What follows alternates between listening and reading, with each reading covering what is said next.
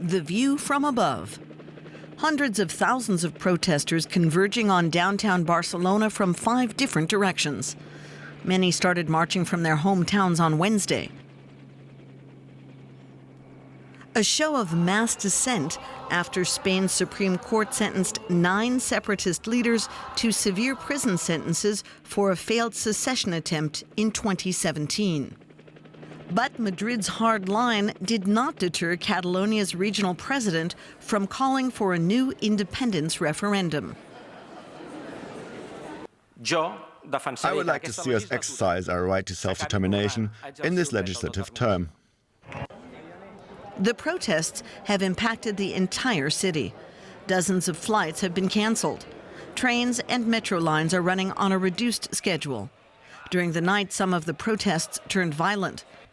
But these outbursts don't seem to be intimidating the city's many tourists. And I think it's a bit weird here, but I don't think that we are in danger, so it's quite normal in here. We didn't see the protests. We didn't see too much danger.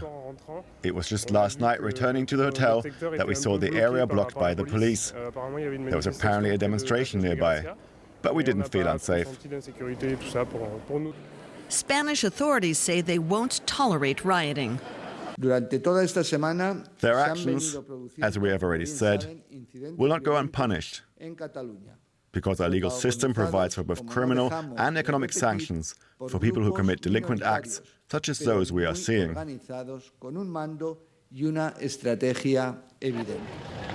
Friday's protests have been peaceful, as the demonstrators repeat their call for liberty.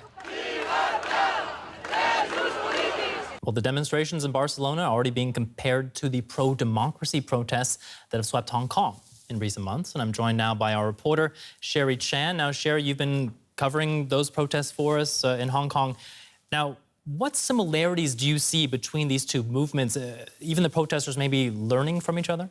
Right. So one of the biggest similarity is the strategy they use, especially when the protesters in Catalonia, they decided to go to the airport to stage a demonstration, because airports is usually not a very common site for demonstrations, but it has been very important to Hong Kong protesters. And actually, the group that mobilized the public to go to the airport, they tweeted a photo of the demonstration, and they used this hashtag, be water, my friend. Now, be water is actually a very important strategy for Hong Kong protesters. It's actually a quote from the famous actor Bruce Lee, and it means to be flexible, to be fluid, and to be fast-moving.